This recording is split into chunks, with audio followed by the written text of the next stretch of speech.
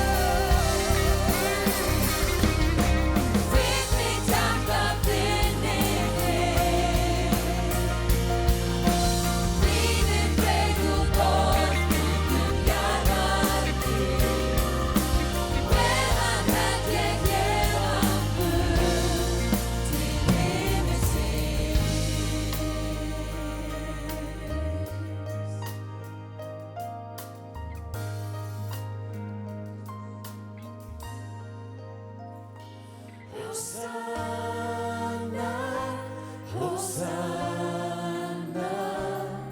Hosanna í hæstu hæðum.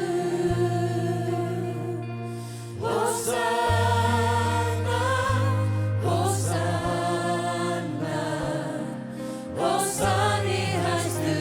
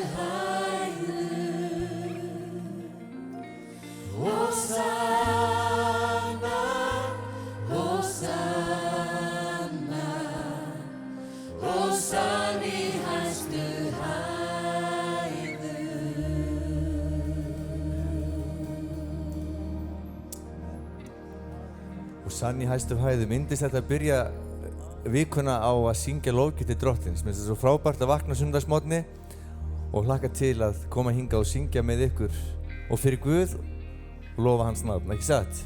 Við ætlum að halda þið áfram, tökum eitt lag hérna í viðbót, nýtt sem við lærðum síðustu viku. Áður en Helgi kemur hérna ferskur og sólbrúnn frá Ameríku. Hann var að segja á hann hvað var að gera þessu veðri hérna á Íslandi, sagði hann. Við getum lítið gert til þín nema að glaðast yfir hverjum einasta degi. Við vöknum þá allavega lifandi í morgun og við þökkum fyrir það. Veðrið er aukaatriði. Syngjum saman Every praise is to our God.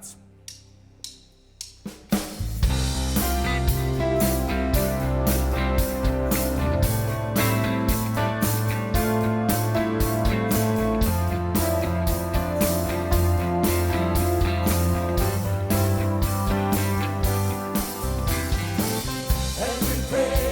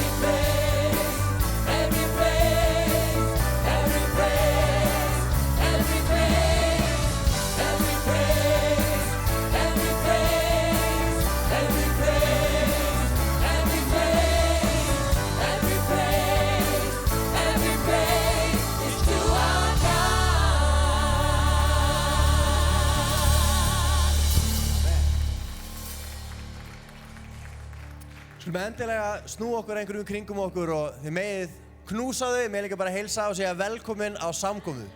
Guð blessi þig.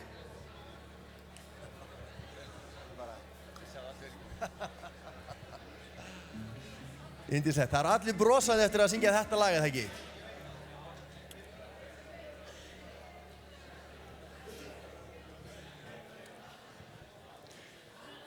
Það allavega snerti hjartað mitt mikið að syngja Guð sem frelsari minn, Guð sem hefur læknað mig og Guð sem hefur leyst mig. Og þess vegna sem við erum saman komin hér í dag. Og ef þú eru aldrei komið í kirkju áður og áttar ekki á því að syngja hebresku rétt áðan, Hósanna. Hver þessi Hósanna? Vitið, það orð sem merkir Guð frelsar. Og þess vegna syngjum við af svo mikilli innlifun að við ekki að upplifa það. Guð grípur inn í, Guð heyrir bænir og Guð gefur von. Þannig að þú ert hér í dag og tekur ekkert annað með þér heim og skuldu vita að það Guð gefur þér von. Það von fyrir þig, fyrir Jesú Krist. Og mér langar til að lesa úr Galatabréfinu 3. kafla, vers 26, þar sem að Páll Póstuli skrifar þessum söfnuði og segir: Með því að trúa á Kristi Jesú eru þið öll Guðs börn. Þið öll sem eru skírð til samfélags við Krist hafi íklæðst Kristi. Hér hvorki gyðingur né annarra þjóðar maður, þræll né frjáls maður, karl né kona, þið eruð öll eitt í Kristi Jesú. Ef þið eruð í samfélagi við Krist, þá eruð þið niðjar Abrahams og erfið það sem honum var heitið. Og ef þetta hljómaði flókið eða það var erfitt að fylgja þess eftir, þá var hann bara að segja, það skiptir ekki máli hver þú ert, skiptir ekki máli hver uppruni þinn hver saga þín hver stað þín eða hvað aðrir hafa sagt um þig, í gegnum Jesú Krist geta öll fyrirheiti Guðs, allar blessanir Guðs orðið þínar. Guð vill fá að blessa þig, hann vill fá að frelsa þig, hann vill fá að leysa þig, hann vill gefa þér líf sem þess virði að lifa þig. Og þess vegna erum við hér í dag. Amen. Og núna koma tilkynningarnar, ég á erfitt með að fara ekki bara að predika hérna, komin í stuð bara eftir þetta gospel og svo byrjum að lesa biblíuna. En hún Linda Baldursdóttir ætlar að koma upp og minna okkur á GLS-ráðstefnuna sem að flest okkar hafa örugglega heyrt um og mörg farið á og framundan núna í komandi mánuði. Þannig að gjöra svo vel. Ég heilsa ykkur systkin í Jesú nafni. Ég ætla að segja ykkur aðeins frá GLS-ráðstefnunni sem framundan núna 7. og 7. nóvember næstkomandi og verður að þessu sinni haldin í Háskólabíói.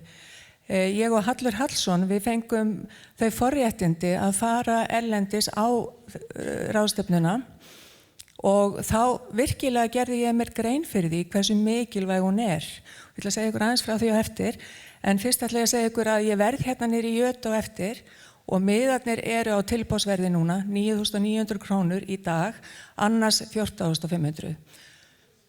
Það eru margir mjög góðir fyrirlesarar þarna á þessari ráðstefnu og margir sem að taka formúi fyrir það að mæta annar staðar. En þeir koma saman á þessum stað, leiðtogar eða fyrirlesarar sem eru frábærir í leiðtogafræðunum og að fara á svona ráðstefnu, þetta ein flottasta ráðstefna sem hún getur farið á í heiminum í dag, ég fullyri það. Þarna eru menn eins og Jim Collins, Brené Brown, þarna var hann Ed Catmull sem forstjóri Pixar fyrirtækisins og þarna var Brian Houston frá Hillsong og ég hvet ykkur til þess að mæta á þessi ráðstefnu og nú ætla ég að upplýsa ykkur svolítið, ég má það semst núna, en það alltaf einhver íslenskur fyrirlesari, í fyrra var það forsetinn okkar, en núna ætlum við að fá svona kombo sem búið að vera að gera góða hluti, það eru landsliðsþjálfararnir okkar, Lars og Heimir, þannig að þetta verður frábær ráðstefna.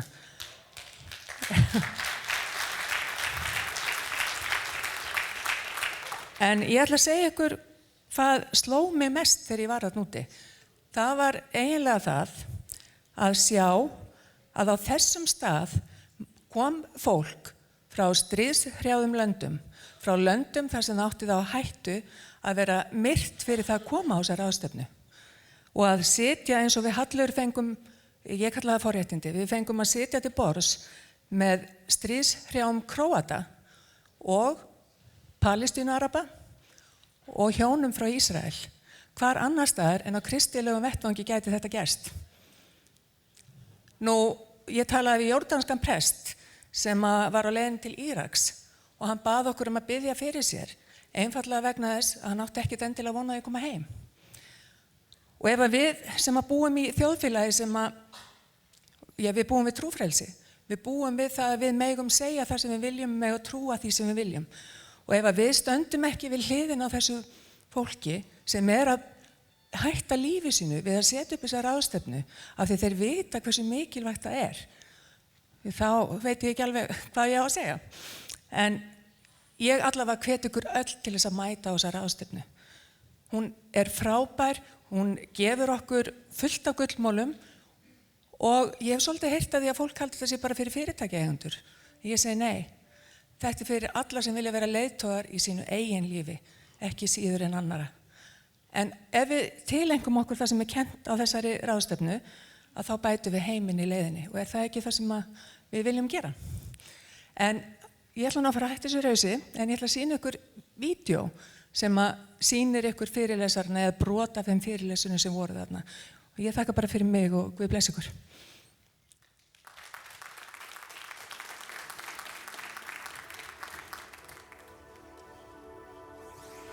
20 years ago, way before Facebook, Twitter, Instagram, and Netflix, I stepped to the podium of the Lakeside Auditorium in front of about 2,000 expectant people, and I explained what I felt was the need to launch this thing called the Leadership Summit.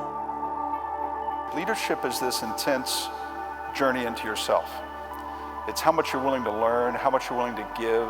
I think the best leaders keep their people safe.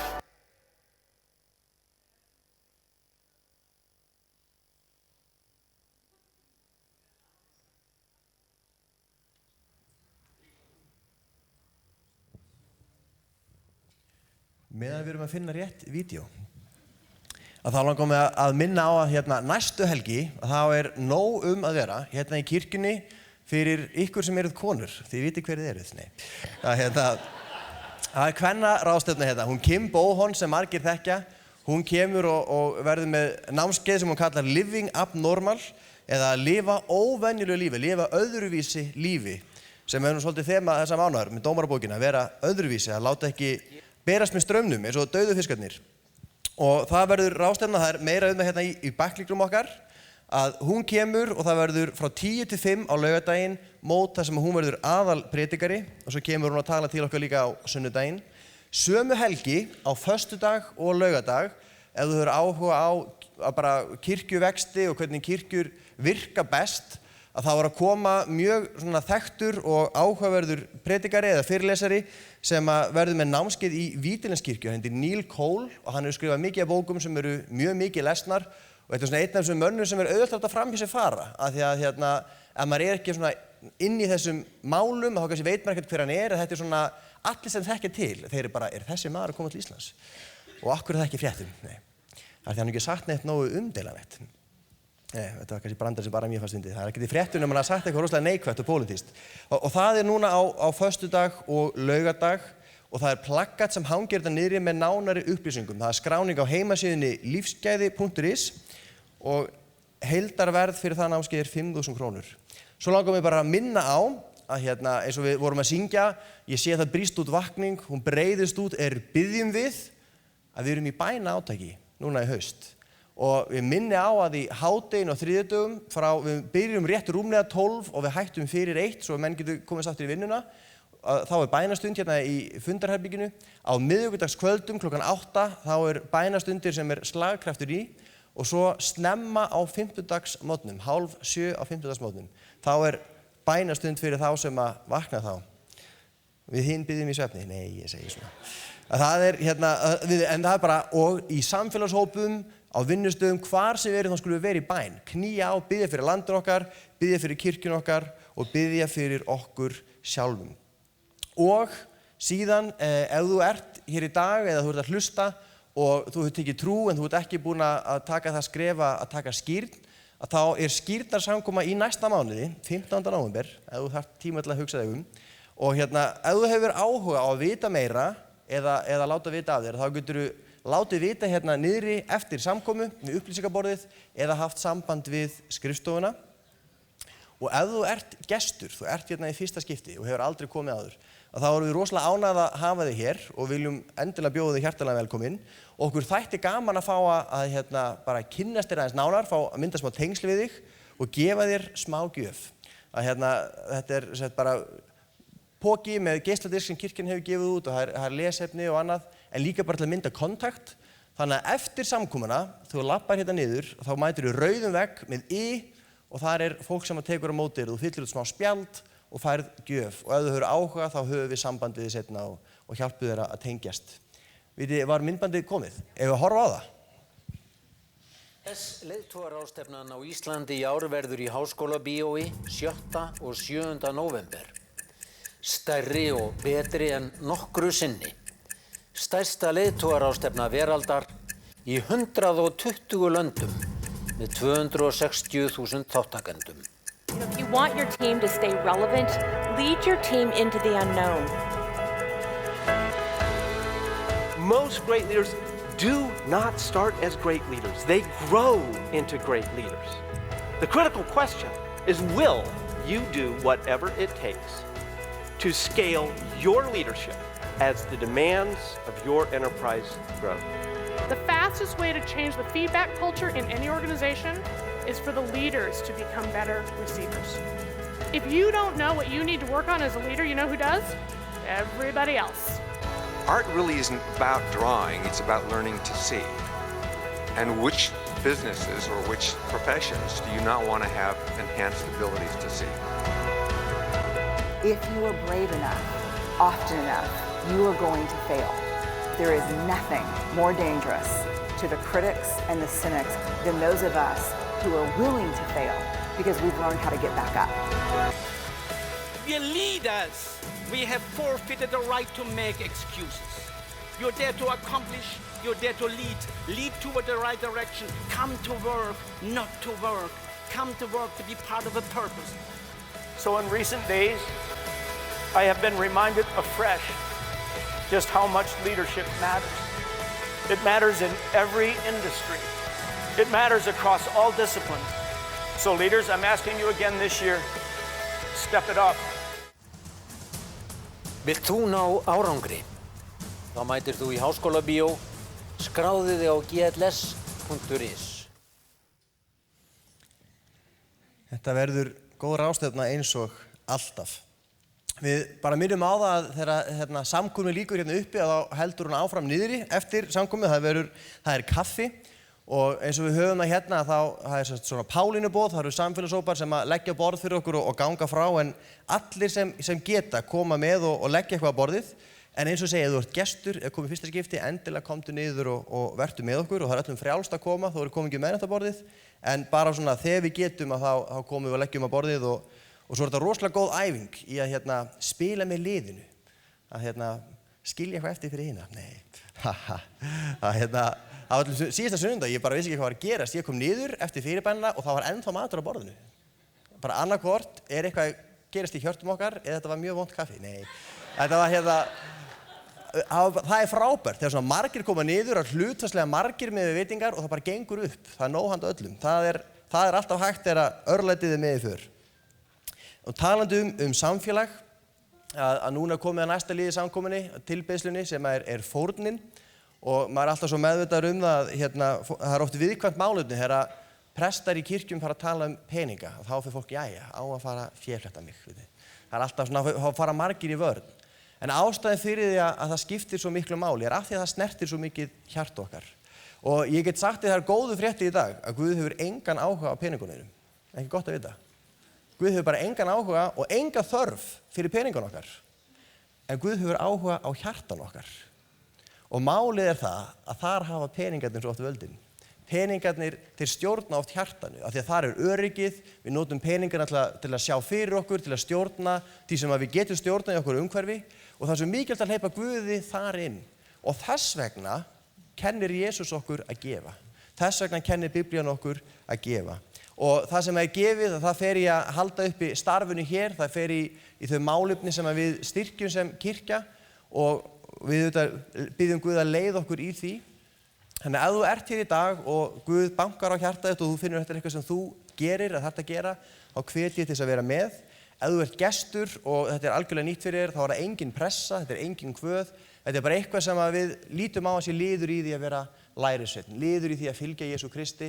Það að hleypa Guðinn í öll svið lífs okkar og ein leið til þess að sleppa takinu á örygginu, sleppa takinu á peningunum og gefa og hleypa Guði þar inn. Og áður en við tökum fórnina þá ætlum við að biðja bæði fyrir fórninni og líka fyrir bænarefnum. Ef þú hefur bænarefni þá máttu gefa það til kynna með því að rétta upp höndina. Ég sé að það eru mörg bænarefni hérna út allan sal, en þakkarefni, ef þú ert með þakkarefni þá verður gott að sjá þau líka. Og við sjáum að það eru mörg þakkarefni út allan sal, því að Guð heyri bænir og Guð svarar bænum. Þannig að við skulum leggja fórnina þessa stund áframhaldandi og bænarefnin í Guðs hendur. Drottinn minn, ég þakka þér fyrir nærveru þína sem hér í dag. Ég þakka þér fyrir þinn yndislega heilaga anda, Drottinn minn. Og Faðir minn, ég bara bið þú hjálpur okkur að opna hjörtu okkar í dag, Drottinn. Hjálpa okkur að leggja til hliðar allar byrðar. Hjálpa okkur að leggja til hliðar allt sem hindrar okkur í því að nálgast þig og mæta þér. Og hjálpa okkur að koma fram fyrir þig, Drottinn minn. Að meðtaka kærleika þinn, meðtaka kraftin þinn. Að heyra röddu þína, Drottinn minn. Og ég þakka þér fyrir eitt orð sem segir að þegar við fáum að standa í nærveru þinni, þá umbreytumst við eftir þinni mynd, þá umbreytumst við í ljósi kærleika þíns, í ljósi krafta þíns og í ljósi heilagleika þíns. Og þannig bið ég bara Drottinn minn í dag, mætti þetta vera umbreytingastund hér í dag.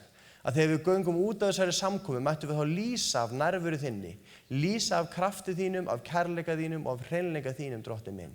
Þannig felum við þessa stund í þínar hendur, Drottinn minn. Og við felum bænarefnin bak við uppréttar hendur fram fyrir þig, Drottinn. Faðir, þú þekkir hvert einasta bænarefni, þú þekkir hverja kringumstæður. Drottinn minn, við biðjum að þú grípir inn í. Við biðjum að þú mætir í krafti þínum, við biðjum að þú leysir, við biðjum að þú frelsir, við biðjum að þú læknir. Og Drottinn, við biðjum að þú sjáir fyrir. Og Faðir, við biðjum eins og postularnir báðu, Drottinn. Hjálpaðu okkur að vera djörfi að boða þitt orð og vilt þú rétt út höndina og gera undur og tákn, nafni Jesú Krist til dýrðar, Drottinn minn. Og það biðjum við í Jesú nafni. Ég þakka þér fyrir sérhverja heyrða bæn, þakka þér fyrir öll bænasvörin, Drottinn, og þakka þér fyrir öll vitnisburðina sem eru hér inni, Drottinn minn. Við felum okkur, við felum fórnina, við felum söfnuðinn og landið okkar í þínar hendur. Í Jesú nafni. Amen. Amen. Og meðan að næsta lofgjörðarlag sungið þá tökum við fórnina. Á þessu ári fagnar Íslenska Biblíufélagið tók í meira minni 200 ára afmæli og elsta félag Íslands í dag. Og einhverju voru hér í gærkvöldi, má ég sjá, ég sé nú sumandil. Hverju voru hér á tónleikunum í gærkvöldi?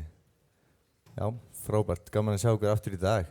Það voru hvorki fleiri en færri en á hátt 1500 manns hérna í salun. Það var pakkaður salur hér, hliðarsalurinn var fullur og við fengum að hlusta á 14 frumsamin lög sem sami voru beint úr Biblíunni eða ákveðna atburði í Biblíunni.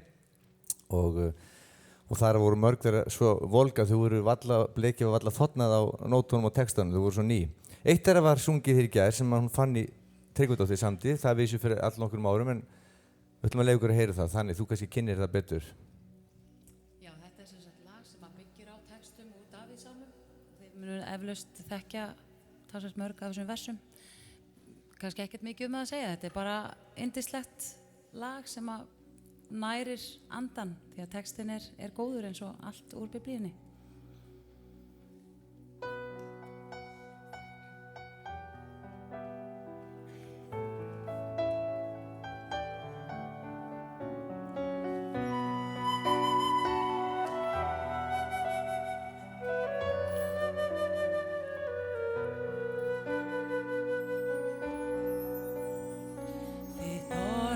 Lampi fóta minna, ljós á veg.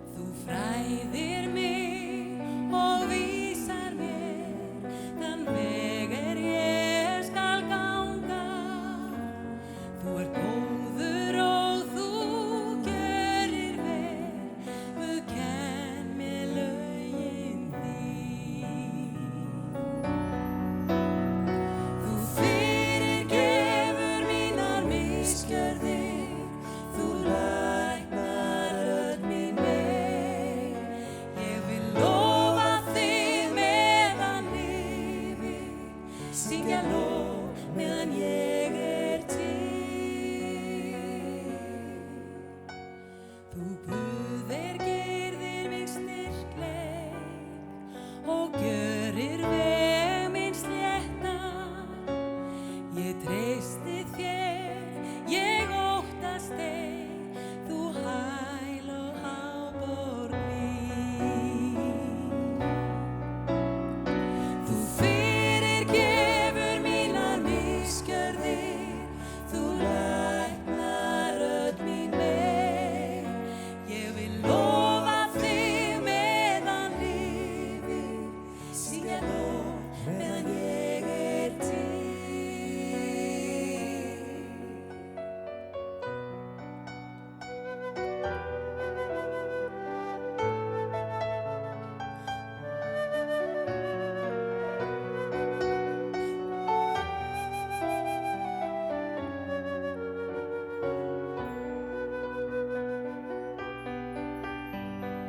Ég gleðst í þér, því náð þín er ný á hverjum morgni. Ég elska þig, ég þakka þér og blessa nafnið þitt. Þú fyrirgefur mínar misgjörðir, þú læknar öll mín mein. Ég vil lofa þig meðan lifir, syngja lof meðan ég er til. La la la la la la, la la la la, la la la la la, la la la.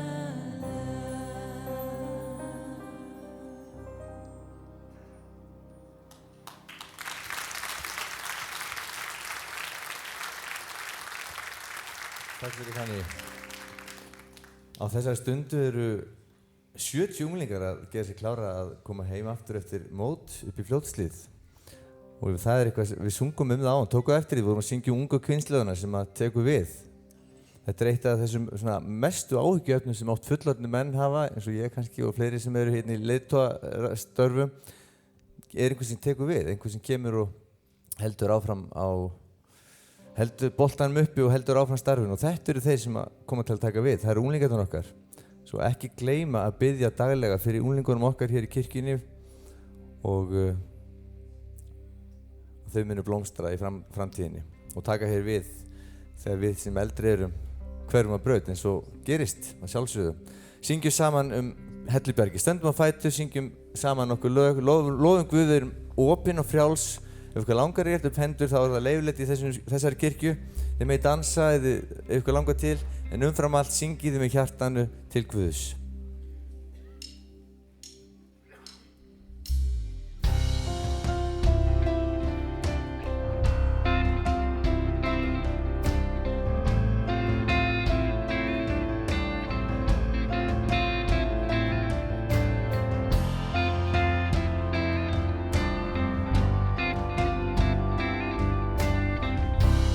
Von á traustu bjargir mig,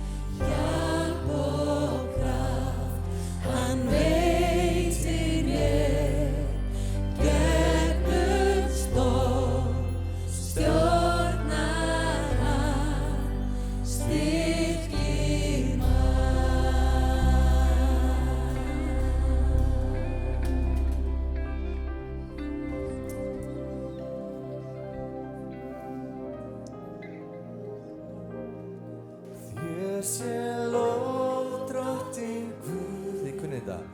Lofað sé þitt nafn, leyf mér að tigna þig. Syngja lofsöng til þín, lofa þig, leyf mér að tigna þig. Þið í lof. Ég sé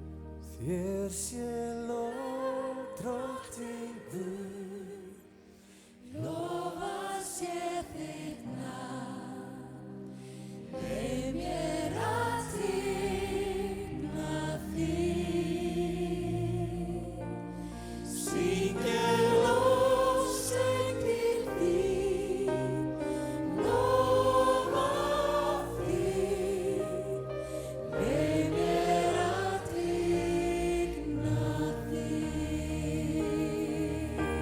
syngja lofsöng til þín, lofa sé þitt nafn, leyf mér að tigna þig, syngja lofsöng til þín, lofa þig, leyf mér að tigna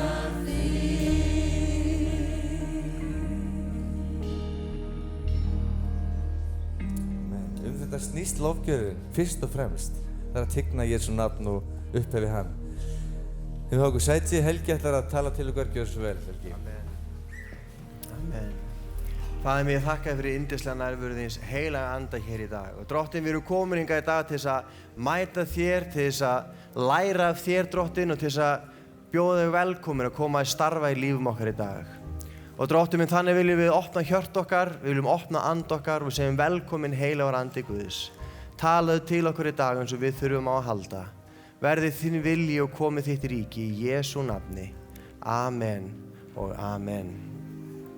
Amen. Og þá varð púlt. Amen. Amen. Yndislegt að vera með ykkur hérna í dag. Yndislegt að lofa Guð. Og yndislegt að bara fá að taka þátt í því sem Guð er að gera. Við höfum verið að fara gegnum dómarabókina í þessu mánuði og það er eitthvað sem að ég trúi að Guð hafi lagt á hjarta okkar að gera. Svo margt í þessari bók leiðu við fórum að lesa hana og leiðu við fórum að undirbúa þetta, þá hugsaði maður oft mikið rosalega verður þetta erfitt að tala um en mikið rosalega er það gott. Mikið rosalega höfum við gott að því. Og þannig hefur það verið, þetta hefur verið oft mikil áskorun að undirbúa sig en virkilega oft bók sem talar inn í okkar tíma og margt sem maður sér sameiginlegt. Dómarabókin er í senn áhugaverð, uppörvandi og erfið. Ef maður les dómarabókina og maður horfir bara á fólkið, þá er dómarabókin vægast sagt ekki uppörvandi bók. Ef maður horfir á fólki sem Guð velur, fólki sem Guð reisir upp og maður sér hvernig fólki haga sér, þá er dómarabókin bara alveg ömurleg bók og hún bara brýtur maður niður og maður bara Guð, af hverju er þessi bók í Biblíunni? Bara ég skil hann ekki. En ef maður les dómarabókina og maður horfir á Guð, þá er dómarabókin ótrúlega uppörvandi bók. Ef maður les dómarabókina og maður horfir á trúfesti Guðs, miskunn Guðs, langlindi Guðs og hvernig Guð starfaði þó fólki væri algjörlega kolómögulegt, þá er það rosalega uppörvandi að sjá að Guð bregst ekki þó allir aðrir bregðist. Ég finn ekki á hvort þið væri að hlusta. Guð bregst. Og hér er þetta með predikari sem er í kirkju sem allir voru svo æstir og hann gat bara sagt hvað sem er og fólk öskraði halleluja og eitt sagði Guð er góður og bara heilagur andi hér og Jesús er ekki svona Guðs og þá allir bara já, svona þú veist hugsum næst ára við trillumst. Mér fannst það svona pínu fyndi en hugsa hann kannski sá eftir í næstri en predika og enginn þorði að segja amen. Er hann að prófa okkur? Er hann ekki að prófa okkur? Og það sem við sjáum í dómarabókinni er að það kemur kynslóð eftir kynslóð sem eru mjög mannlegar að þau vildu bæði halda og sleppa. Þau vildu blessanir Guðs, já takk, þau vildu náð Guðs og vildu kraft Guðs og vildu að Guð vendaði þau og gæfi þeim góð lönd og allt það. En þau voru ekkert voru hrifin af því að Guð var eitthvað að segja þeim fyrir verkum. Og við sjáum kynslóð eftir kynslóð þar sem þau hafna aldrei Guði. Maður les dómarabókina og það er alveg sumt sem átti sér stað. Maður bara skilur ekki alveg bara hvernig gat þetta gerst, hvernig gat þjóðfélagið orðið svona spilt og hvernig gat fólk eiginlega bara, já, fundist þetta eðlilegt, en þau hafna aldrei Guði. Þau snúa sér aldrei alveg frá honum. Vandinn var sá að þau voru bara ekki til í að hafna neinu öðru. Þau vildu hafa opið fyrir Guð, þau vildu hafa opið fyrir allt annað líka. Bara getur ekki bara haft allt saman.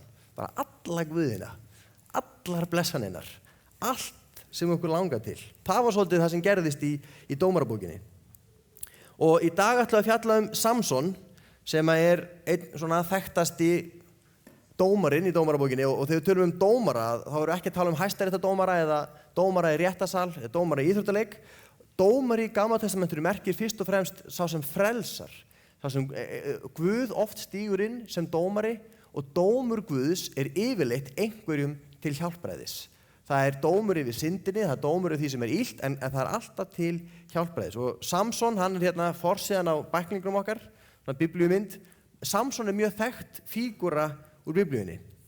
Ég held að Samson hafi verið svona fyrsti hölkin, allir krakkar í dag þekkja hölk, Samson var ekki grænn, mér að vitandi, hann var svona óendanlega sterkur, óendanlega kraftamikill, óendanlegt það sem hann gat gert bara ef hann var í skapi til þess.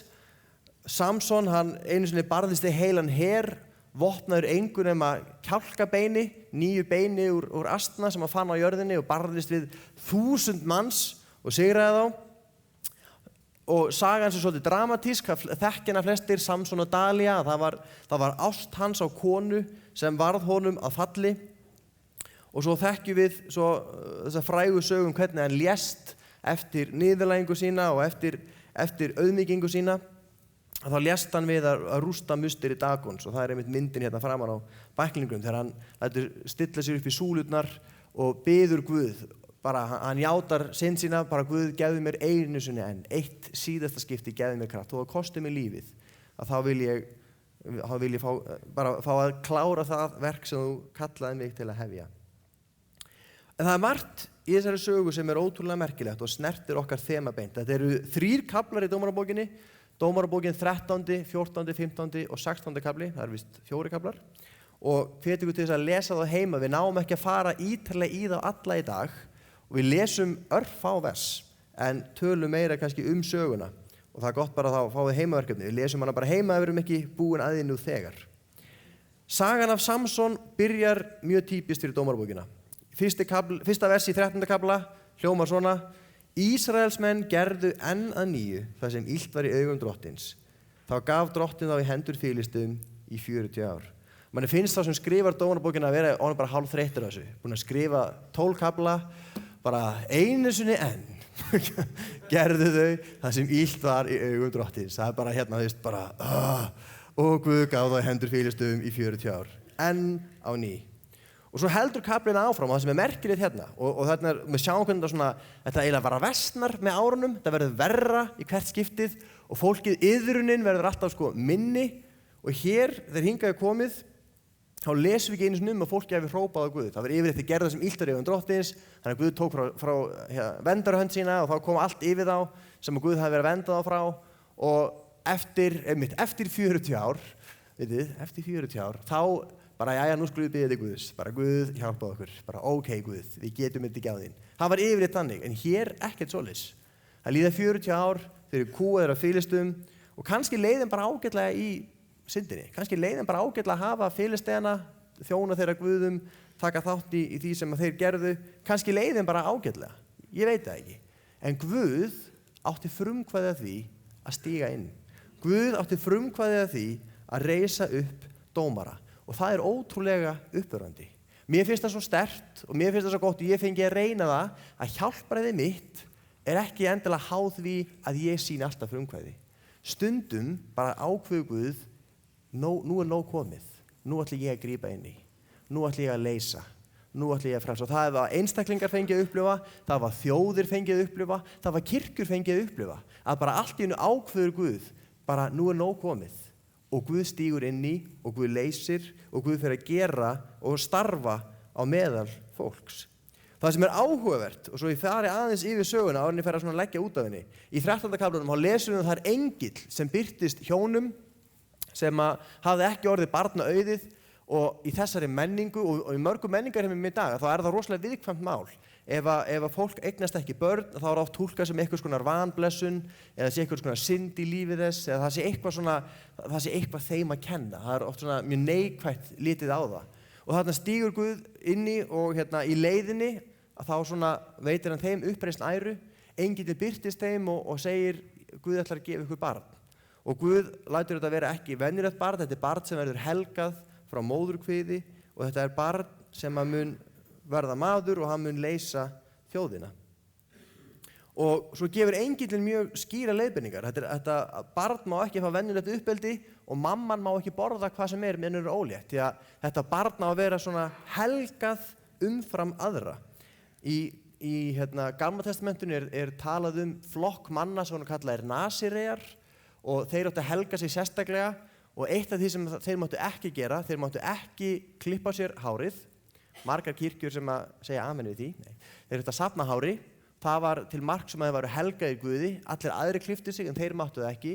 Þeir máttu ekki neyta neins ávaxtar vínviðarins. Máttu ekki borða vínber, ekki rúsinur, ekki neyta víns, ekki neyta áfengis og máttu alls ekki borða neitt sem var óhreint. Þannig að það gilti það sama þá og alla aðra, sömu helgilega lög, en svo svona umfram.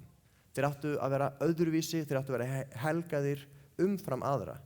Og kannski var ástandið á dögum Samson orðið svo slæmt að það var bara ekki séns að hann gæti haldið sér nokkurn veginn heilbrigðum nema að vera svona últra helgaður okkur íslensku. Það þurfti meira til. Hann var helgaður umfram aðra. Og það sem er svolítið merkilegt er að foreldrar Samson, þau bara skilja ekki neitt. Að engillinn kemur og segir hluti við þau sem að ef maður hefur lesið Biblíuna eru frekar svona augljósir, þau bara byrja fyrir ekki. Getur sagt þetta aftur? Og hvað má hann ekki gera? Þau bara hafa aldrei heyrt þetta. Og það var svo merkilegt að þau þarfnast bara mjög ítarlegra leiðbeiningar. Svo engillinn búinn að birtast og kona fer og segir mannanum sínum og hann bara, getur látið hann koma aftur? Og Guð sendir engillinn aftur og hann þarf að segja með þetta aftur. Þau eru einlæg, þau vilja vel, en þau hafa greinilega engan grunn sem segir manni mikið hvar þjóðin var kannski stödd, hvar Guðs fólk var statt. Og svo endar þessi kafli, síðasta málsgreinin, konan ól son og nefndi hann Samson og sveinninn óx upp og drottinn blessaði hann. Þannig að þetta er byrjunin. Guð kemur og grípur inn í, kemur engill, tilkynnir þetta barn mun fæðast, hann skal vera helgaður frá móðurkviði, svo fæðist hann og okkur er sagt, hann óx og blessun Guðs er yfir honum. Hann var allan meðbyr sem hægt er að fá. Hann var alla blessun sem hægt er að fá. Hann er kallaður, hann er útvalinn, hann er helgaður. Samson er svolítið eins og mynd dómarabókarinnar. Það vantar ekkert upp á það að Guð hafi gefið honum mikla gjafir. Guð hefur gefið honum miklar gjafir og blessun sína algjörlega á þess að hann hafi gert neitt til að verðskulda. Það bara náð Guðs. Við sjáum í sögu Samson að Guð grípur inn í þó fólki hafi ekki leitað hans og Guð grípur inn í, og það er aldrei háð því að við verðskuldum það. Guð bara grípur inn í af því að hann er góður Guð og hann er bænheyrandi Guð. Og það sem er svo merkilegt, Guð notar fólk þó það sé meingallað. Og ég er kannski svolítið bilaður en mér finnst það rosalega uppörvandi. Ég þarf ekki vera fullkominn svo Guð noti mig. Ég þarf ekki vera fullkominn svo Guð geti blessað aðra í gegnum mig. Og ég þarf líka að passa mig á því að horfa á Guð en horfa ekki á fólk. Og ef að þú hefur ekki búin að sækja kirkju lengi eða þetta er allt saman nýtt fyrir þér, þá vil ég bara hvetja þig til þess að í þeirri trúargöngu ekki horfa bara á fólk. Fólk mun bregðast þér. Ef að trúðin er byggð af fólki sem hún lítur upp til, þá muntu upplifa skipsbrot á trúðinni að því að fólk mun bregðast. Vonandi ekki alvarlega, en fólk mun alltaf einhvern veginn bregðast af því það er fólk. En ef þú fókusar á Guð, að þá sérðu Guð sem að stenst þegar aðri bregðast. Fólk mun bregðast þér en Guð mun aldrei bregðast þér. Fólk mun koma og fara en Guð er alltaf til staðar. Og það sem við sjáum í dómarabókinni er að fólk bregst en Guð bregst ekki. Og ég er ekki að segja að það sé bara allt í lagi, bara já, vera bara öllu svo Samson, Guð bara gerir stórkostlega hluti. Predikurinn eiginlega fjallar svolítið um það, rosalega mistar það miklu. Rosalega var Guð að gera mikið, vá hvað hefði verið magnað ef fólk hefði gengið í takt við það sem Guð var að kalla þau til. Þegar við lesum sögun Samson, þrátt fyrir blessanir Guðs, þrátt fyrir upphafið, þrátt fyrir allan hans bakgrunn, að þá eiginlega sjáum við Samson aldrei leita Guðs í sögunni. Það er mjög merkilegt. Hann er dómari, hann er leiðtoginn sem Guð hefur reist upp, hann fæddist fyrir kraftaverk, hann má ekki klippa sér hárið af því hann er svo útvalinn af Guði, en bara við sjáum hann tvisvar sinnum biðja alla söguna. Og kannski bað hann oftar, en í sögunni leitar hann Guðs bara tvisvar. Í síðustu viku tölum við Gídeon, hann leitaði Guðs og Guð sýndi mér táknum hjá að gera þetta. Guð, ef þetta er þú og þú ert með mér, sýndu mér þá þetta. Gídeon, hann gerði það. Samson, Hann kemur sér í vandræði, með einhverju konu sem hann á ekki vera með og svo hann svikinn og hann bara reiður og dreipur alla. Og þá verða allir vinirnir óslega reiðir og koma og ætla að hefna sín og þá bara, brjótast einhver hópslagsmál. Þetta ekki mjög, hvað segir maður, þetta ekki góð svona fyrirmyndasaga fyrir börn. Krakkar, svona skulum við vera, sláumst við alla og svo hefnum við okkar og ef einhver kemur þá bara finnur við bein og bara lemur, við kennum börnum okkar ekki að haga þessi svoleiðis, það. En þannig var Samson. Og svo Samson búinn að vera að berjast þarna við 1000 manns með eitthvað kjálkabein úr asna og búinn að berja þá alla og svo hann bara þreyttur og liggur á jörðinni og þá bænast nokkuð einn svona hann svo þreyttur, hann deyjuð þosta á ég bara að drepa sérna Guð? Bænast, ég bara sjáðu allt þetta fólk, ég að lemja allt þetta fólk ég svo bara deyjuð þosta og þá opnar Guð lind á jörðinni og hann fær sér að drekka og maður svona, já, þetta var ekki alveg faðirvorið en þetta var þó einhver svona viðurkenning á tilvist Guðs. Þetta var svona frekjubæn, bara hroki, svona bara fara á hlutina á hnefunum og bara, ekki gott attitút, ekki gott hjartalag. Það fyrsta bænin sem við sjáum Samson biðja. Það var svona á ég bara að drepa sérna og svona hroki og pirringur. Og það er svo merkilegt að sjá að Samson, hann klippti aldrei á sér hárið. Hann hélt því. Og við vitum ekki hvort hann hélt sig alveg frá öllu sem kom af vínmiðinum, en hann klippti ekki á sér hárið. Hann lifði samkvæmt þessari sértæku helgun, en hann vanvirti algjörlega þessa svona bara almennu helgun. Eitt af því sem Guð hefði sagt Ísraelsmönnum var að blandast ekki þjóðunum sem bjuggu í landinu, vegna þess að sagði þær eru svo spilltar að þær munu spilla ykkur. Ef þið samlagist þeim, þá munu þið fara að tilbiðja Guði þeirra, þið munu taka þátt í ólifnað þeirra og þau munu spilla ykkur. Ekki blandast. Og í bókinni, það mjög merkilegt, þetta eru bara 4 kaflar, þá sjáum við Samson eiga samskipti við mjög margar konur. Og það ekki að því hann sé með svona kvennaministri, veitir. Samson hann var bara átt í samböndu við mjög margar konur. Og ekki ein þeirra var eitthvað annað en Filisteakona. Sagan byrjar þannig að hann ætlar að giftast konu sem Filistei, sem bara, já, ok, bara, ég ætla ekki að klippa mér hárið, af því að það er svo hræðileg synd, en ég ætla að gera þetta stóra sem Guð bannaði öllum að gera, ég ætla að gera það, ég ætla að fara að giftast þessari Filisteakonu. Við sjáum að svo einu sinni að þá reif hann upp borgarhlið með rótum og gekk með upp á fjall og svo hugsa maður hvernig byrjaði þessu saga, jú, hann gisti heimi hjá vændiskonu, sem sennilega var ekki að reka gistihús, það var svona, næja, við getum getið í eyðurnar, hvers vegna hann var þar. Og þannig fundur hann og ætlaði að drepa hann. Þetta var svona alveg, það vantaði svolítið upp á svona siðferðisstandardinn hjá honum. Svo fyrsta sagan þar sem við sjáum hann sína kraft sinn, þá var hann að fara einmitt að giftast Filisteakonu og það kemur ljón á mót honum, sumir hefur litið það sem eitthvað tákn, en hann bara tekur ljónið og bara rífur það í sundur með berum höndum og skilur það eftir og fer svo í brúðkaupið, ætlar að halda veisluna. Á leiðinni tilbaka þá sér hann að það var býflugur gert sér bú í hræinu og það er hunang. Þannig að hann tekur hunangið, borðar það og gefur foreldrum sínum. Og fyrir flest okkar, mér þetta er pínu ógeðslegt, það sem ég ekki borða. En samkvæmt helgilögmáli gyðinga, þá var það þannig að ef þú sást hræ, þá máttur ekki snerta það, það var óhreint. Hræ af dauðu dýri, það var óhreint. Ef þú snertir það, varstu óhreint í ákveðin tíma. Þannig að taka mat innan úr slíku hræi og borða það var líka vanvirðing við helgileika lögmálið. Og ekki bara það að hann borðið, hann gefur öðrum með sér og það tekið sérstaklega fram og sagði þeim ekki hvað hann fékk það. Hann vissi hvað hann var að gera. En hann vanvirti köllun sína, getur við sagt. Og það sem er svo merkilegt, og það segir, þegar hann er að fara þessa leið, þegar hann er að fara að giftast þessari Filisteakonu, hann er að fara út fyrir þau mörk sem Guð hefur sett, þá segir það beinlínis, Guð notaði syndans gegn honum til þess að ýta honum út í köllun hans. Guð notaði allar afleiðingarnar af syndans til þess að espa hann upp í að gera það sem hann átti að gera, sem er að ýta Filistíunum út af landinu, að leysa ok Filistea af Ísraelsmönnum. Samson er eini dómarinn sem að leiðir engan.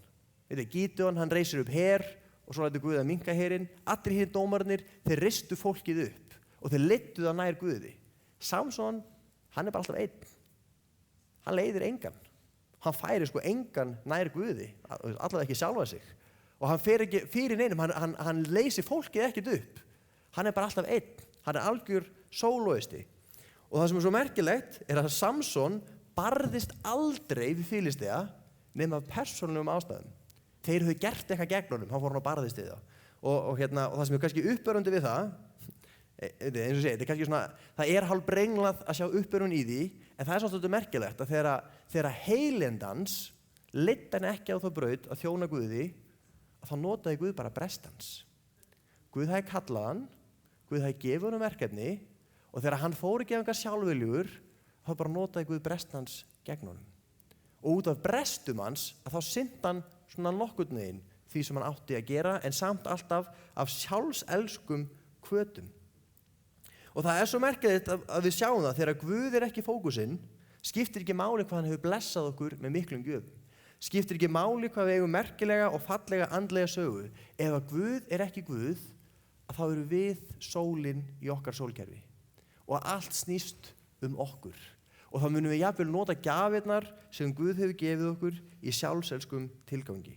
Og við verðum svo sjálfsmiðuð að þá svo stutt í að við förum að vera eins og Samson, að hann neitaði sér ekki neitt. Þetta bara ég. Ég á þetta skilið. Að hann svo sjálfselskur að hann gerði í rauninni bara það sem hann langaði til, hann gerði það, hann gat það, og Guð var alltaf aukaatriði. En samt, veit þið, eins og segi, þetta svona brengluð uppörvun, en samt notaði Guð hann til að vinna stórvirki. Samt fær hann 4 kafla í þessari bók. Og ef við lesum sögu Samson, þetta svona, fyrir mér þetta saga vonbrigða, þetta saga glataðra tækifæra, þetta saga mann sem að Guð reisir upp til að gera stórkostlega hluti, og gjafir hans voru svo miklar að hann var 4 kafla í dómarabókinni þráttur að hafa skort öll heilindi, skorti allan karakter. Orðið hlýðni ekki til í orðaforða þessa manns. Auðmýkt ekki til, hann er svo langt frá því, en samt sjáum við hvað blessun Guðs var mikil. Hvað hefði gerst ef hann hefði bara verið maður heilinda? Hvað hefði gerst ef hann hefði ekki bara gengið fram í gjöfum Guðs, hann hefði gengið fram í boðorðum Guðs?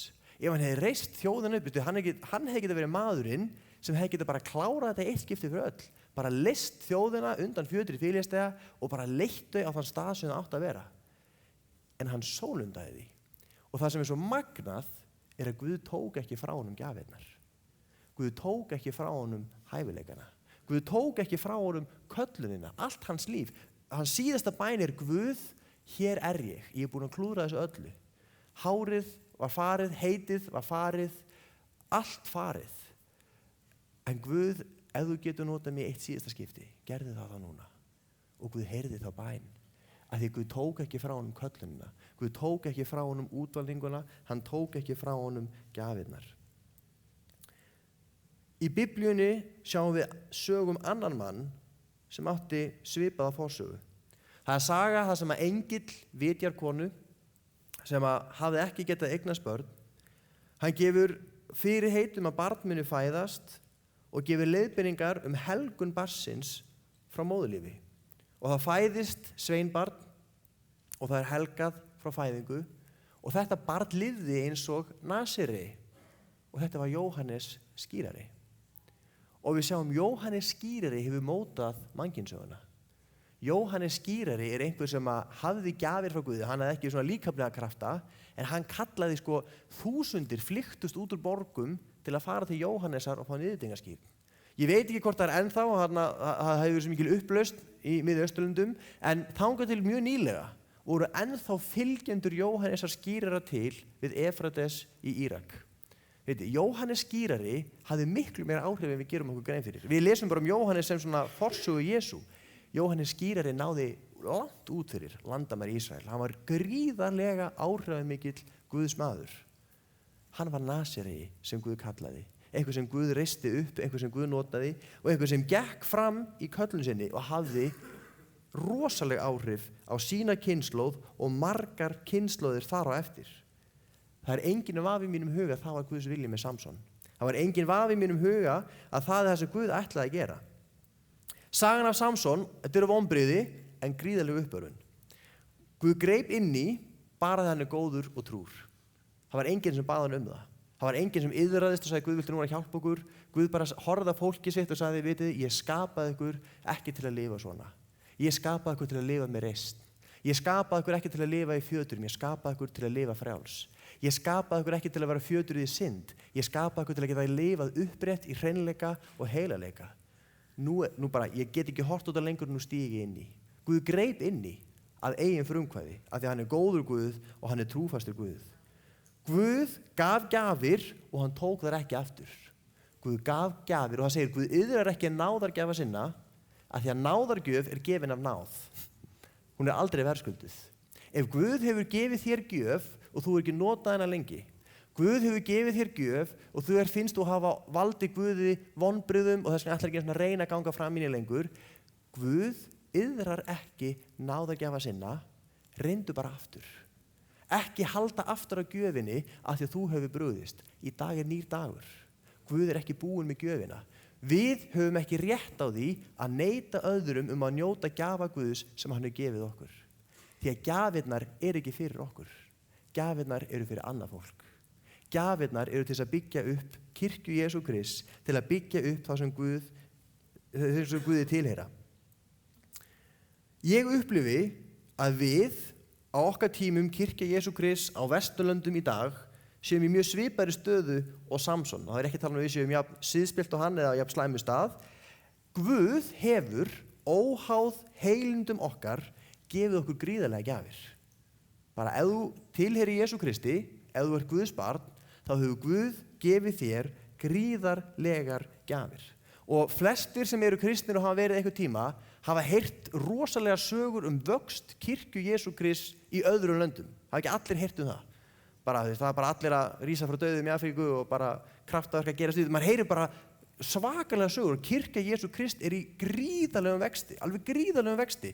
Svo miklu vexti að bara menn haldi ekki í við það. Það gefin út tala, það svona margir kristnir í dag og hún bara úrelt strax. Að því að meðan var verið að skrifa pappirinn tóku 10.000 manns skírn. Bara, hvað gerum við? Kirkjan bara, hún að springa út. Einhver munur á kirkjunni þar og kirkjunni hér? Eru gjafir Guðs til þeirra meiri en gjafir Guðs til okkar? Það sami Guð. Það eru sömu gjafir. Það sami heilagur andi. Við eigum fleiri gjafir sennilega en kirkjurnar í þessum löndum. Við höfum fleiri tækifæri en kirkjurnar í þessum löndum. Ef þú kristinn, þá hefur þú fengið fyrirgefningu syndana fyrir Jesú Krist. Það gríðarleg gjöf. Syndin sem aðskildi frá Guði hefur verið afmáð í eitt skipti fyrir öll. Þú getur átt samfélag við Guð milliliðalaust. Það rosaleg gjöf. Og það gjöf sem ég held að við skiljum ekki til fulls hversu mikil Ef þú tilheyrir Jesú Kristi, þá orðin ný sköpun fyrir Guðs heilaga anda. Samson átti ekki séns á því. Það var ekki búið að úthella heilugum anda þá. Samson gat ekki upplifað endurnýjun í hjartanu fyrir heilagan anda og orðið ný sköpun.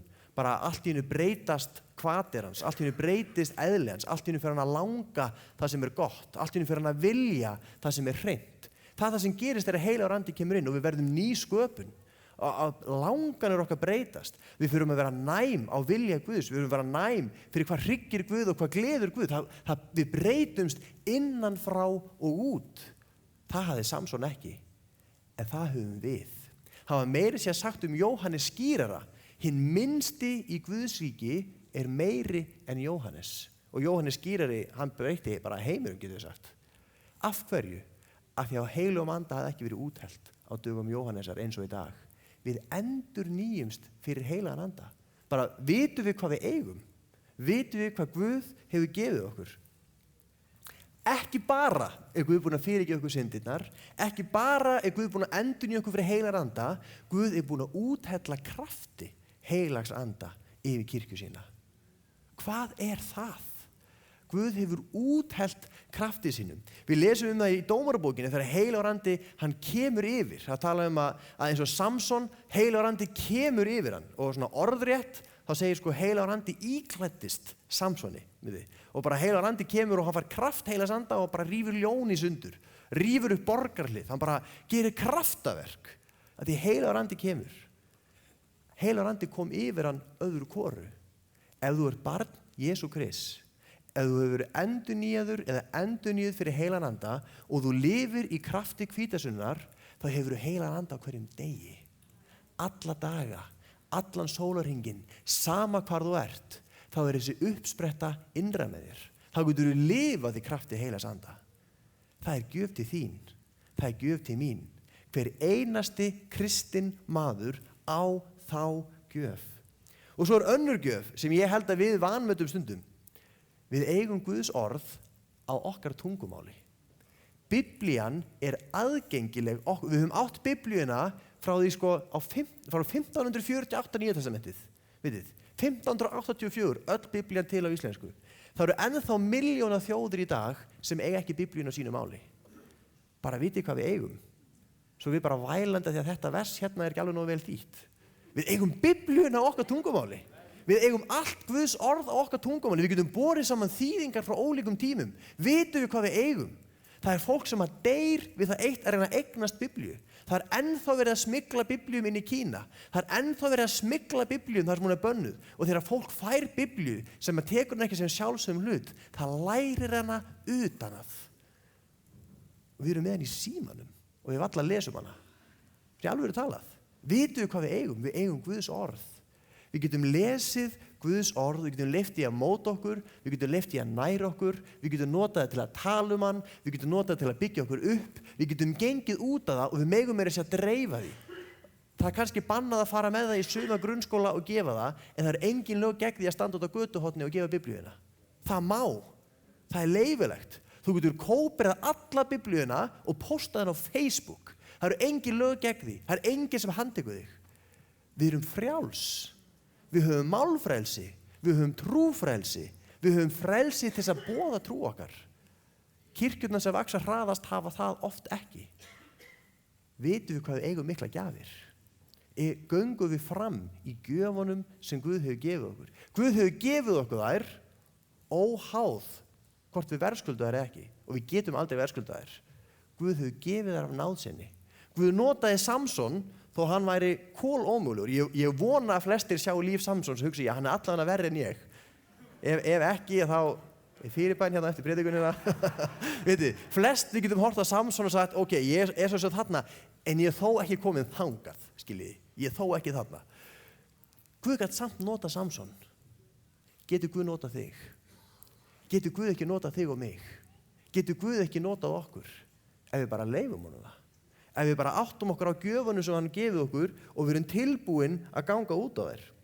Köllun Guðs og vilji Guðs virðist því miður, yfirleitt liggja ef hérna þægindarhringurinn, þá vilji Guðs ákvarðað þarna. Ég sé hann en ég þarf að stíga út fyrir þægindarhringinn. Það fleiri en ég sem að upplifa það. Hann svona, þetta þarna, skilji. Það þarna, þessi hringur, þetta svona, og það ógeðslega erfitt. Að því að ég hef stjórn á þessu hérna en ég veit ekki alveg hvað þarna. En ef þú tekur skrefið, ef þú tekur þetta litla skref, það óþægilegt í smá stund, en veit hvað gerist? Þægindarhringurinn, hann færist og allt í einu bara blubb, hann kominn hingað. Það æðislegt. En maður segir ykkur annað, að þá finnur að það eitthvað þarna rétt fyrir utan þægindarhringinn sem Guð vill endilega að þú gerir. Og það jafn erfitt á síðast. Og bara en það bara eitt lítið þvitið. Og svo kemur þangað og veit hvað gerist. Hann bara blubba, bara færist. En þá þetta rétt fyrir utan hann, pínuð. Þannig gangað með Guði. Guð biður ekki að taka 10 kílómetrana strax, hann biður eitt lítið skref. Eitt lítið skref út fyrir þægindarhringinn. Út fyrir þægindarhringinn. Þangað sem þú þarft að treysta honum. Þangað það sem hann þarf að grípa inn í svo lítur ekki út eins og kjáni. Og stundum lítur út eins og kjáni og það var skrefið. Vitið, og þú lærið þér að því, það var gott. Bara, þú leist út eins og kjáni og heimurinn endaði ekki. Það hefur verið meiri djörfung næst. Vitið. Ég tilbúinn að leyfa Guði að gera líf mitt svolítið óþægilegt? Ég tilbúinn að stíga þetta litla skref og sjá hvernig Guð mætir inn? Og það verður ólíkt fyrir þig og ólíkt fyrir mig hvar við erum stödd. Hvað það sem liggur út fyrir þægindarhringinn? Fyrir suma þá það að segja einhverjum að þú sért að læra sér til Jesú Krist. Fyrir suma það rosalega mikið skref. Og maður uppörfi þig með því að í langflestum, ég heyrði einhverja tilvitnun daginn, einhver sem sagði, Óttinn læsti hurðinni, svo kom kærleikurinn og opnaði og það var engin við hurðina. Fattiði, óttinn var svo hræddur, hann lokaði hurðinni svo enginn kemist inn, svo kemur kærleikurinn og opnar og þá bara engin við dyrnar. Það svolítið þannig með trúargönguna. Við erum svo hrædd við allt sem gæti gerst að við bara læsum hurðinni, lokum, boltum og bara sjóðum fyrir. Bara þessi hurð verður lokuð. Þegar þú stígur út fyrir hringinn, þegar þú opnar hurðina, lang oftast sérðu að það var ekkert að óttast. Lang oftast.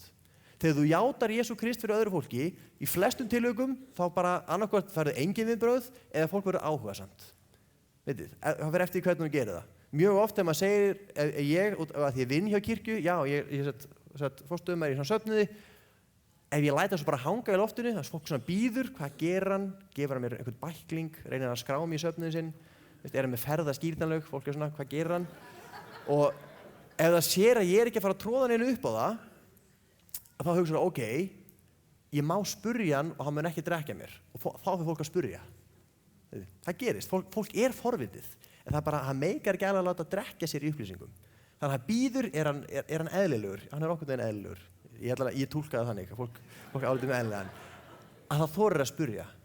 Að stíga út fyrir þægindarhringinn oft mesta uppörvun sem við getum upplifað. Gera eitthvað sem óþægilegt, gera eitthvað sem aldrei gert og þá bara allt í einu stækkar þægindarhringurinn. Allt í einu bara kemstu lengra. Og Guð heldur alltaf áfram í okkur. Og þá myndum við vaksa í gjöfum þínum, þá myndum við vaksa í því sem Guð hefur kallaði til, þá myndum við vaksa í því að vera notaður eða notuð af Guði. Og að lokum, ég myndi að segja að við erum kynslóð af Samsónum, ekki að því við séum svona siðferðilega á slæmi stað, heldur að því að við erum yfir blessuð af gjöfum Guðs. Og við áttum það ekki skilið, við verðskuldum það ekki, við gerum ekki til að vinna okkur það inn, bara Guð hefur blessað okkur í bak og fyrir, með gjöfum sínum, með náðsinni og meðbyr sínum og í alvöru talað, það hljómar eins og frasi, en í alvöru talað, við getum breytt heiminum. Í alvöru talað og ég þarf að halda í púlti svo ég tala ekki ólengi. Ég var í Bandaríkjunum nýlega og var á móti og hitti þar menn allstaðar á heiminum og það var maður þar sem að bara, hann fer ekki úr huga mínum. Hann frá Malaví, fátækasta land í heimi, ég held að það sé bara hands down fátækasta land í heimi ef ekki eitt af fátækasta. Hann ólst upp við fátækt sem ég bara, ég hélt í alveg að stundum væri fólk nakið af því það væri menningin. En hann var bara nakinn af því hann átti ekki föt. Þau voru svo fátæk. Hann eignaðist fyrsta skóparið sitt 26 ára. Ég veit ekki hvað hann var gamall, bara fyrst hann eignaðist tannbursta. Hann tannburstaði sig með sandi úr vatninu þar sem hann bjó. Það var bara algjör fátækt. Hann fékk ekki að fara í skóla af því að hann fæddist inn í múslimafjölskyldu og öldungarnir í þörpunni voru svo hræddir við að ef hann færi í skóla þá hann látið borða svínakjöt. Þannig að hann fékk ekki að fara í grunnskóla. Engin menntun, engin tækifæri, engin meðgjöf í lífinu. Engin. Svo tekur hann trú á Jesú Krist. Og það var bara breytti svo líf hans að fá strax heim í þorpið sitt og sagði frá.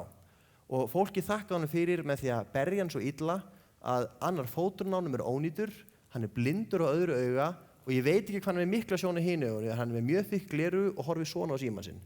Hann með mjög litla sjón og hann þurfti að liggja á spítala í 3,5 ár eftir þessa barsmíðar. Mjög margir hefðu sagt, ég kann ekki að lesa, ég á enga peninga, ég kem frá fátæku landi, ég vitnaði trú mína og ég var lamin illa, bara, ég búinn að gera mitt. Þessi maður held ég 48 ára í dag, hann búinn að planta 10 kirkjum í 4 löndum. Og hann ennþá ólæs. Og svo situr maður og hugsar, já, hvað er ég búinn að gera í mitt líf, segir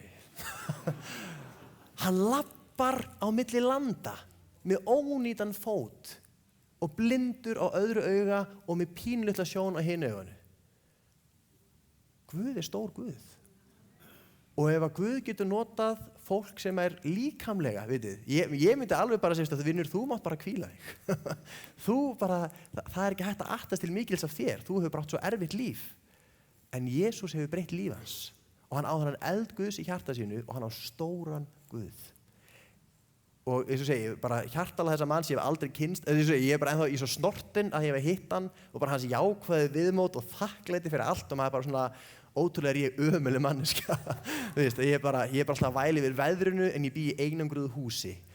Allt þetta, ég fekk að læra að lesa sem barn. Ég bara rosalega snertið það mig, veistu það, Guð getur notað hann til að ferðast milli landa og stofna kirkjur. Guð að nota þennan mann núna til að breyta mjög kúandi menningu gagnvart konum í hans heimalandi. Hann að opna stúlkna heimili til að bjarga stelpum frá því að verða fyrir limlestingum og bara hryllingi. Gegnum einn mann Guð að breyta heilu samfélagi. Hvað getur Guð gert til fólki hérna inni? Hvað getur Guð gert til fólki sem að horfa og fólki sem að hlusta? Hvað getur Guð gert? Með 12 lærisveinum breytta mannkynssögunni, breytti tímatalinu, breytti bara vestrænni menningu og menningu allan heim. Hvað getur Guð gert með okkur? Ég trúi því að með krafti Guðs, ef við bara göngum út af sem Guð vil gefa okkur, þá getum við breytt heiminum. Og þetta ekki einu svona frasi, ég bara að meina það. Það gerist kannski ekki á einum degi, en við getum breytt heiminum. Vegna þess að Guð breytir heiminum. Og hann notar viljugt fólk sem stígur út fyrir þægindaramann. Mín hvatning til okkar að þessi, gefum Guði bara leyfi. Guð notaði mig. Guð talaði til mín. Guð mótaði mig. Við þurfum ekki að vera fullkomin.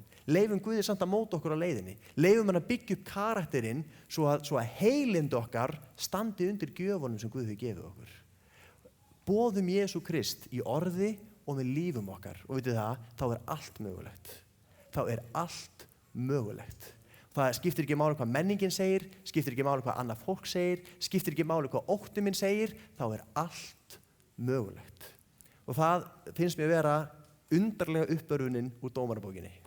Þetta var handónýtt fólk, en Guð gat samt starfað. Guð gat samt starfað. Veikleikar mínir stoppa ekki Guð. Veikleikar mínir geta eyðilagt mitt líf og rústa mínu lífi og valdi miklu skaða. En Guð starfar og Guð vinnur. Skulum enda á því að biðja saman.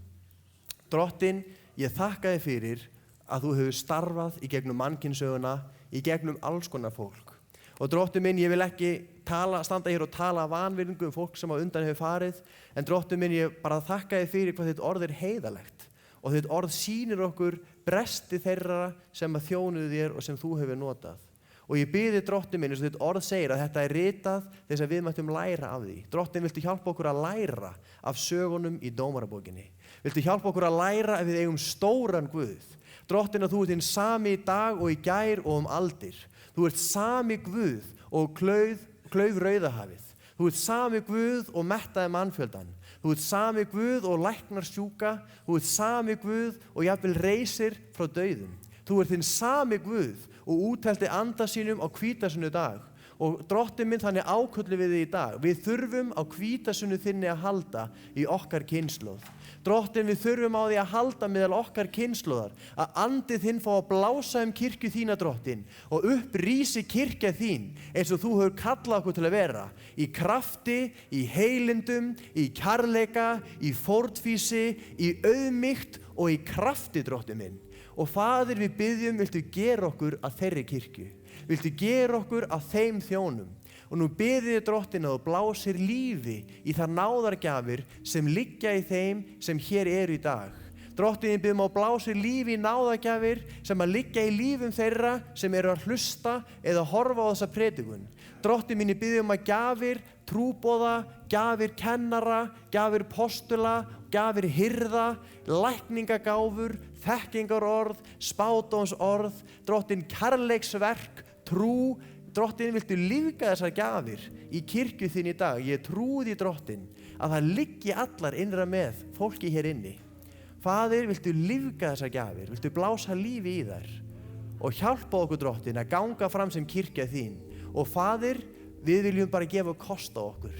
Drottinn, viltu nota okkur til þess að breyta þessu landi, til þess að breyta Evrópu og til þess að breyta heiminum. Því að það er þú sem vinnur verkið. Faðir, verði svo, þetta er stór bæn og þetta er hættuleg bæn. Faðir, hún liggur fyrir utan þægind okkar, en við viljum vera fús að fara þangað. Þannig biðjum við í Jesú nafni. Amen. Amen. Og ég maður er hálf hræddur við að biðja svona bænar því að Guð á það til að svara þeim.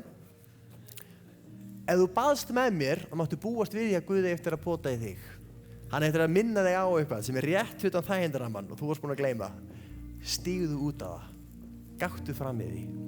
Og ef þú ert hérna í dag og þú vilt fá fyrirbæn, þá er fyrirbæn hérna inn í hliðarsalnum og áður en við syngjum næsta lag þá ætlar hann Tómas að fá að koma og deila með okkur einhverju sem Guð hefur lagt honum á hjarta.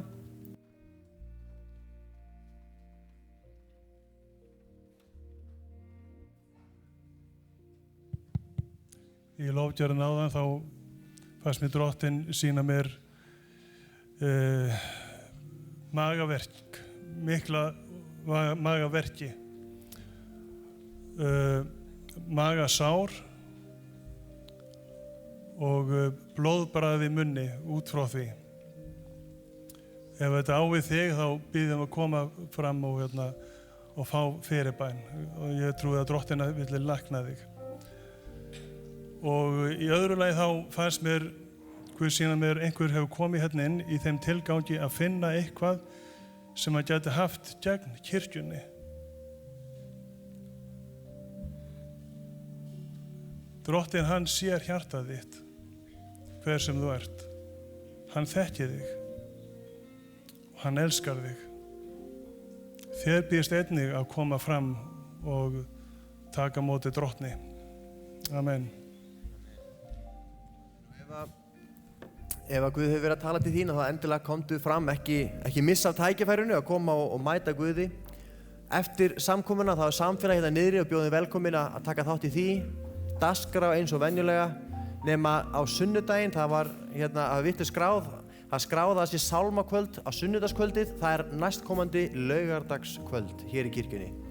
Guð bless ykkur, verið með ykkur í vikunni og sjáumst sem flest sunnudaginn kemur. Amen.